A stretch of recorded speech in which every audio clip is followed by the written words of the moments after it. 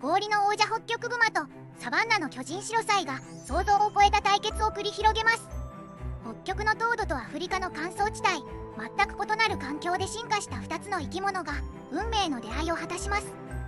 北極グマの鋭い爪と強靭な腕力に対し、シロサイは分厚い皮膚と核による突進で対抗します。両者の激しい攻防戦はまさに自然界の頂点を決める壮絶な戦いとなります。最後はシロサイの圧倒的な体重と突進力が勝利を決定づけ、サバンナの王者としての地位を確立しました。